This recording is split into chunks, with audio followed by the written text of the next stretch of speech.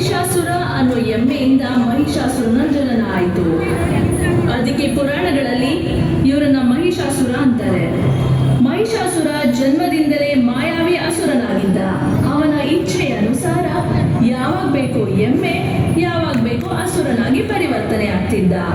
ಅವನ ತಂದೆ ಅಸುರನಾದ ರಂಭನ ರೀತಿ ಮಹಿಷಾಸುರ ಕೂಡ ವರದಾನವನ್ನ ಪಡೆಯೋದಕ್ಕೆ ಅಂತ ತಪಸ್ಸನ್ನ ಮಾಡ್ತಾ ಬ್ರಹ್ಮದೇವನನ್ನ ಯಾಚಿಸಿದ.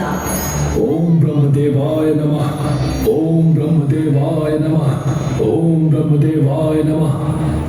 ತಪಸ್ಸಿನ ಸುಖದ ಪರಿಣಾಮ ಧ್ಯಾನದ ಭಂಡಾರವಾಗಲಿದೆ. ಆದ್ದರಿಂದ ಮಹಿಷಾಸುರನ ಕಠೋರ ಅಚಲವಾದ ತಪಸ್ಸಿನಿಂದ ಬ್ರಹ್ಮದೇವನಿಗೆ ವರದಾನ ಕೊಡಲು ಪ್ರತ್ಯಕ್ಷವಾಗಬೇಕಾಯಿತು. ಮಹರ್ಷಿ ಕಶ್ಯಪ್ನ ವಂಶಸ್ಥ, ಧನುನ ಪುತ್ರ, ರಂಭಾಳ ಪುತ್ರ ಮಹಿಷಾಸುರ, ನಾನು ನಿನ್ನ ತಪಸ್ಸಿಗೆ ಪ್ರಸನ್ನನಾಗಿದ್ದೀನಿ. ನಿನ್ನಿಷ್ಟಾರ್ಥ ಏನು ಅಂತ ತಿಳಿಸು.